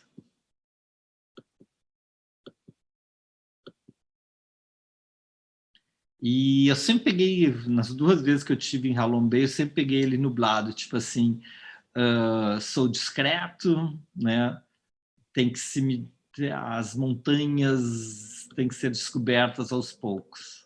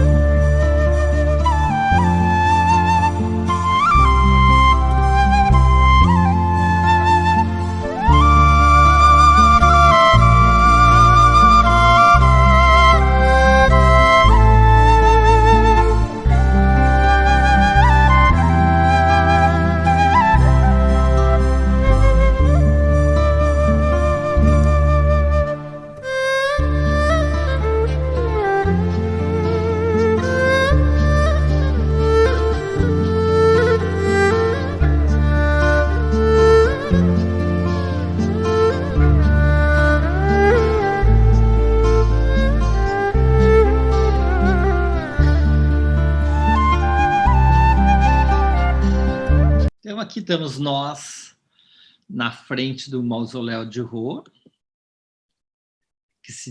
com o qual a gente se despede. E convido vocês para dia 8 de fevereiro, né? Então, não na próxima semana, a gente está com 15 apresentações quinzenais agora durante o verão, onde apresento vocês o Camboja e o Laos. Essa imagem é da minha primeira viagem em 93 pelo Camboja, e aqui do grupo em fevereiro de 2010, em frente ao icônico Angkor Wat. Aqui no Laos, em 97, acho que foi a primeira vez que eu estive no Laos. E a gente segue depois com Tailândia em março, Butão, e vamos ter toda a apresentação ao longo do ano. Vocês, quem por acaso está nos assistindo pela primeira vez, me manda uma mensagem aqui pelo WhatsApp, que eu te coloco no grupo para receber mais informações. E, se não, para os convites de cada episódio. Senão, vocês podem ouvir e ver todos os episódios anteriores no YouTube. Muito obrigado pela presença de todos. E se vocês tiverem tempo e quiserem permanecer, eu queria só fazer uma retrospectiva de linha do tempo da Guerra do Vietnã, que o Paulo expôs também, só para a gente fixar algumas datas aqui que eu acho legal, né? Deixa eu mostrar aqui para vocês. Então, aqui, recapitulação para quem... Então, em 1940, os nazistas chegam em Paris e o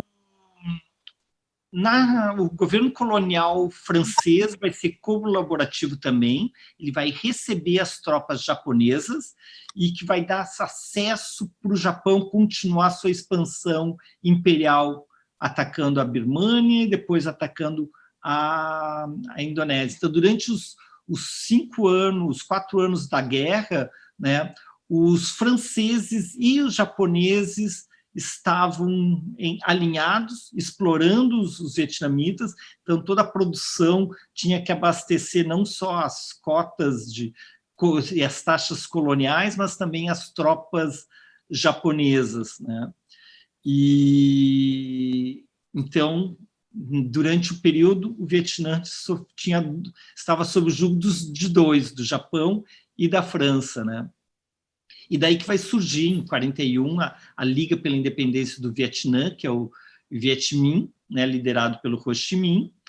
Quando tem o ataque de Pearl Harbor pelo Japão, né, leva os Estados Unidos a entrar na guerra, em 41.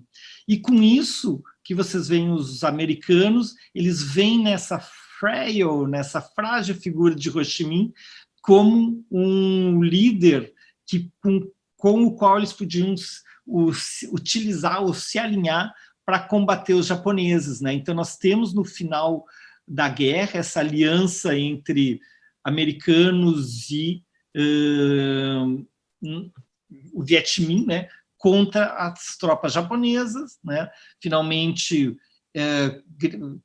com as bombas atômicas, eles levam ao imperador a assinar a rendição no dia 2 de setembro, Ho Chi Minh declara sua independência em 2 de setembro de 1945, mas nesse jogo geopolítico pós-Segunda Guerra Mundial, os Estados Unidos, que tinha apoiado essa independência americana, se vê dentro de um jogo geopolítico maior da Guerra Fria, onde em 49 nós temos a China como o Mao Tse-tung vencendo o Chiang Kai-shek, e uma preocupação, daí a Guerra da Coreia, uma preocupação que não aconteça o efeito dominó de toda a Ásia cair sob o jugo comunista, né? E eles devolvem, a França retoma seu papel e os Estados Unidos vê como uma forma de enfrentar o avanço comunista, a França permanecendo como uma força colonial com todo o apoio americano. Durante a Primeira Guerra da Indochina, que vai de 46 a 54, em alguns momentos, 80% do budget, do orçamento de guerra, era patrocinado pelos Estados Unidos, né? Patrocinando os franceses.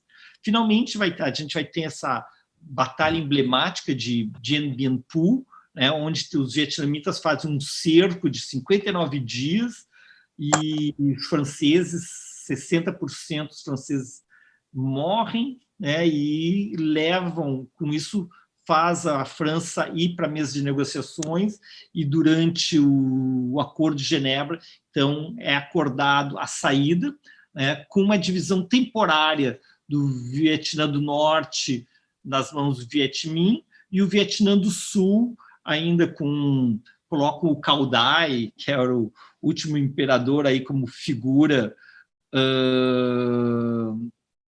representativa, né, para ter eleições no ano seguinte, onde iria ter o plebiscito de a unificação, o que nunca aconteceu, porque então as forças políticas, né, já não queriam o risco, né, do Vietnã todo virar comunista, né? Então, com isso, começa inicialmente com o governo, aqui nós temos Nguyen Dinh Diem, que foi o primeiro-ministro, ou presidente, não me lembro, do Vietnã do Sul até 63, né, quando ele tem toda a série de abusos, de corrupção, perseguição aos budistas, né? Daí que surge no Vietnã do Sul a frente para libertar o Vietnã do Sul, que são os chamado pejorativamente como Vietcong, os vietcomunistas, né? A Ho Chi Minh Trail, ela era um caminho que existia pelas montanhas, passando parte pelo Laos e o Camboja, que levava as tropas e armas do norte para o sul, né? Então, e por entre florestas, uma forma que dificultava, e por isso que eles usavam as armas, os desfoliantes, para eles conseguirem entender da onde e como eles se moviam, né? E aqui, essa imagem emblemática do monge Tin Can Duc, né, que ele se auto-imola, né, mostrando todo esse desconforto dos budistas frente a esse governo sul-vietnamita católico, mas principalmente corrupto e desumano, que não os representava.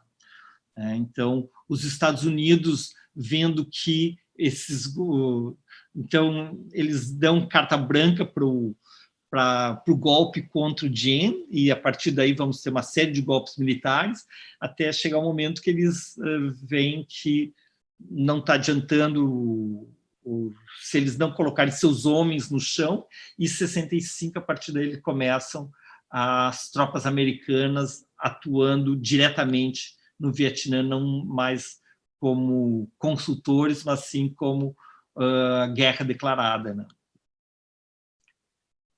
Chega até 600 mil em 68, e é a primeira guerra televisionada. Na Segunda Guerra Mundial ainda não tinha, né? Então, na Guerra do Vietnã, nós recebemos em nossas casas as imagens do que está acontecendo do outro lado do mundo, né? Então, o discurso norte-americano, que eles estavam vencendo, que iria ser uma guerra breve, né, para continuar mandando seus guris para lá, as imagens mostravam que não era bem assim, né? E além de todas as imagens do massacre, né, da população nativa. A ofensiva de Tet, no Ano Novo de 1968, que a grande coordenação dos Vietcongs, né, de atacar simultaneamente 68 capitais regionais, inclusive Saigon. Então, as tropas americanas foram pegas de surpresa na sua casa, né? Pela capacidade do apoio popular e da integração dos Vietcongs dentro da comunidade civil ao longo dos meses anteriores. E é lógico, vai ter uma contraofensiva enorme, né? Onde dos 80 mil Vietcongs, 60 mil vão morrer nessa ofensiva, e continuando com as ofensivas ao longo deste ano, de 68, em 16 de março, tem o que todos vocês lembram, né, o massacre de My Lai, onde não tinha um militar, não tinha nenhum soldado, eram só mulheres, velhos e crianças, 500 mortos, toda o povoado, 180 mulheres, entre elas 17 grávidas, 173 crianças executadas pelos soldados do Exército dos Estados Unidos, o maior massacre de civis cometido pelas tropas americanas durante a guerra, né?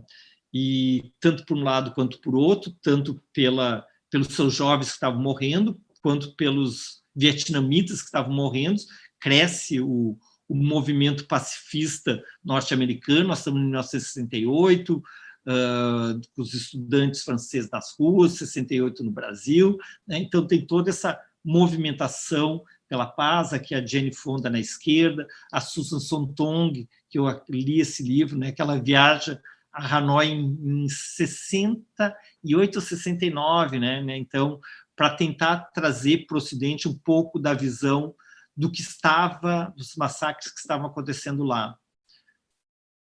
O Ho Chi Minh não vê o seu país unificado, ele falece antes, 6 anos antes, 69, essa imagem terrível, né? Terrível. E, em 73, Nixon, né, então, com a imagem totalmente desgastada dessa guerra, o que eles decidem?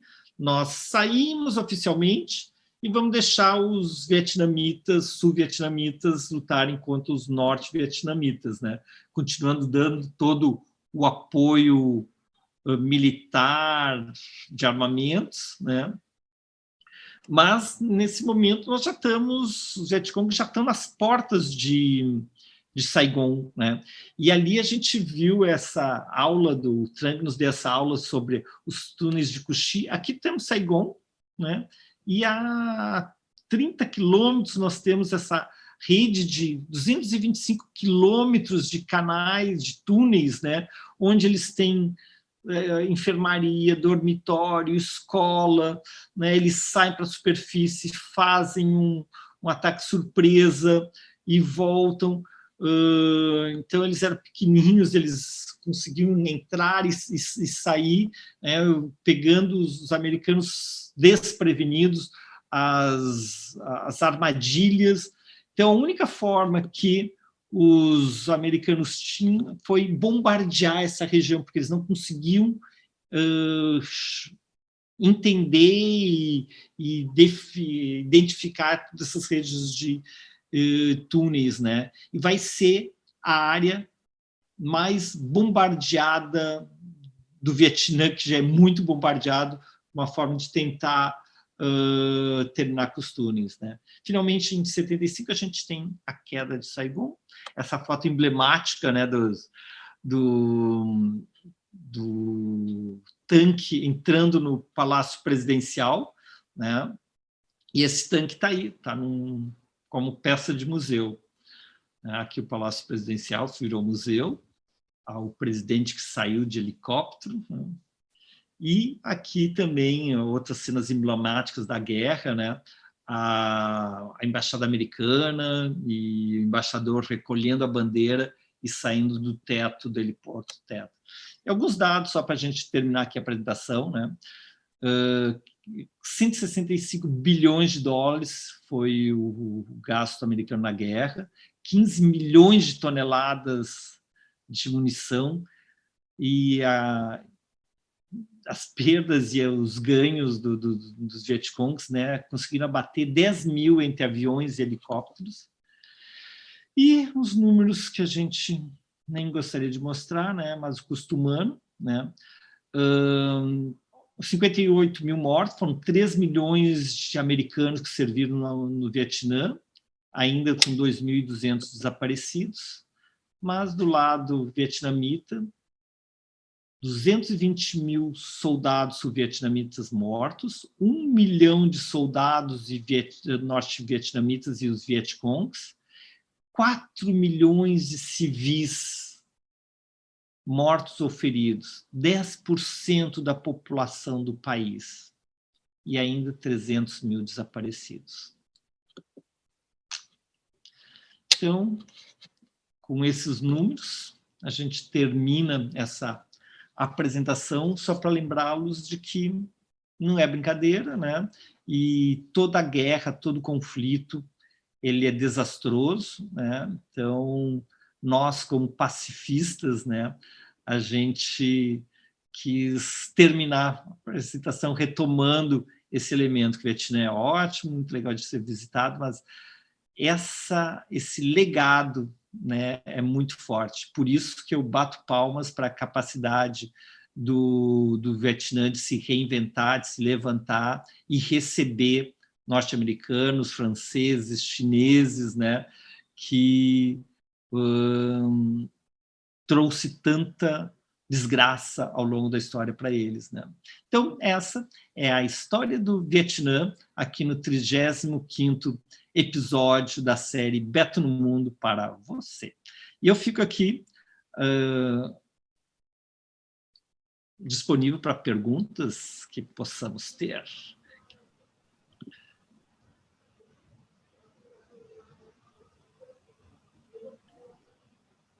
Opiniões, elogios, críticas ou perguntas ou informações sempre bem-vindas. Foi pesado esse final, né? Ficou todo mundo meio chocado, mas eu acho que a gente tem que relembrar, né?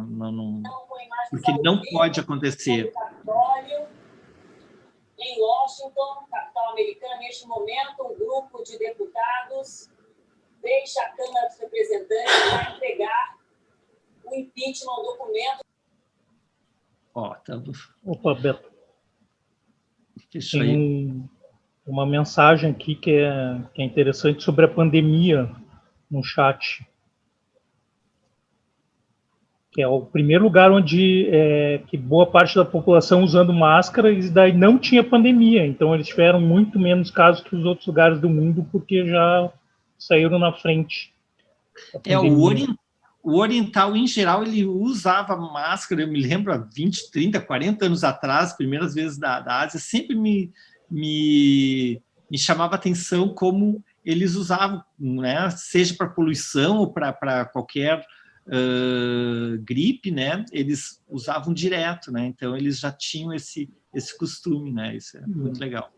Eu não sei se o cara que falou do arroz está aí, mas a gente dá curso de... Ô, Fernando Osório, você está aí, Fernando Osório?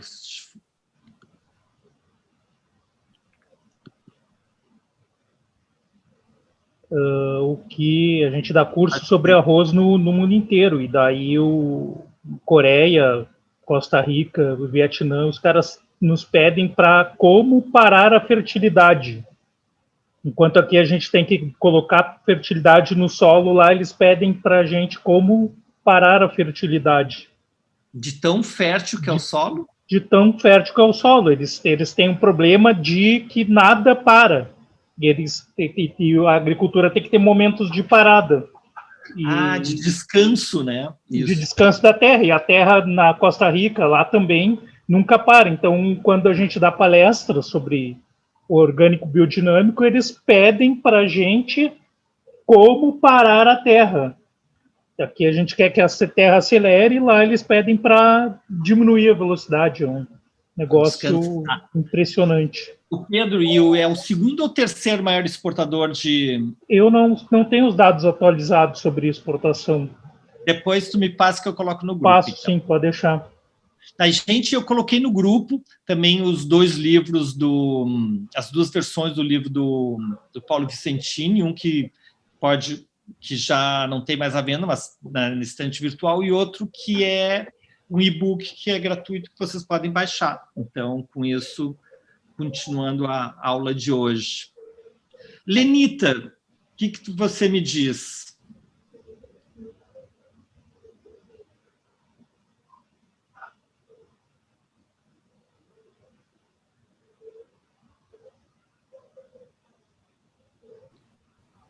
Agora sim.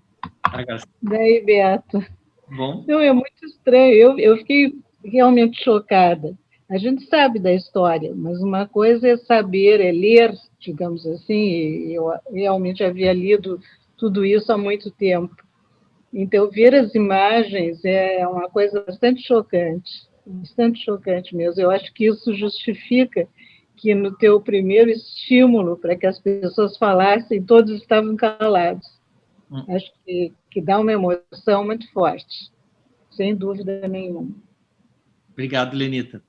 Marta Grosbaum, que esteve lá no Vietnã com a gente, o que tu nos fala? Oi, Beto. Ai, foi muito bom retomar tudo isso, relembrar, até anotei a aula toda de vocês dois, e foi muito chocante na época, muita coisa do que a gente viu, e, nossa, relembrei hoje os túneis, os furos de bala nas paredes, foi uma volta ao Vietnã, mas foi, de tantas viagens que eu já fiz, a viagem mais incrível que eu fiz e mais linda foi a do Vietnã. Então, obrigado por retomar hoje, tá? Um abração para você. Abraço. Beto, hoje o Vietnã é o 5º lugar. Primeiro a China, depois Índia, depois Indonésia, depois Bangladesh e Olha depois só. Vietnã. 5º lugar. Senhor Grassi, o especialista em água, nós que estamos num país com tanta água, o que o senhor nos fala aí?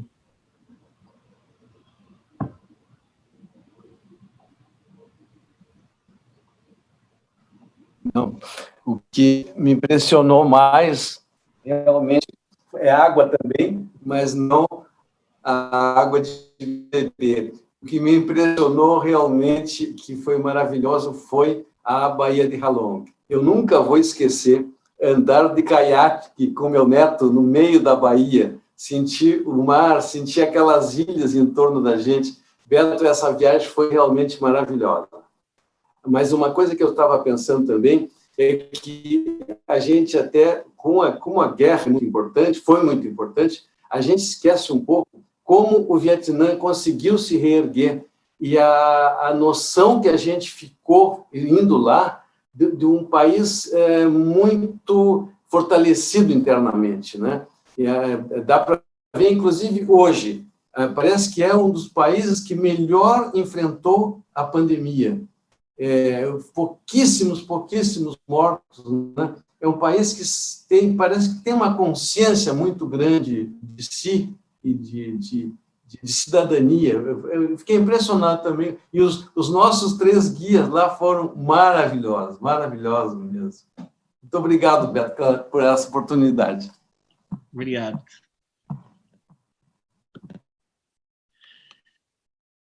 Pessoal, então eu queria agradecer, né, a presença de vocês. Era um tema pesado, eu sabia, e eu queria resgatar propositalmente, né, porque a gente não pode ser leviano, e neste momento que se fala tanto em violências, né, institucionalmente sendo incentivado, aprovado, ou né, não pode, né, qualquer tipo de violência, e principalmente uma guerra, né? Então, sim, nós temos que proteger o nosso planeta, para proteger a humanidade, e esses exemplos, eles são contra-exemplos do que não pode acontecer, né? Então, uma boa noite a todos.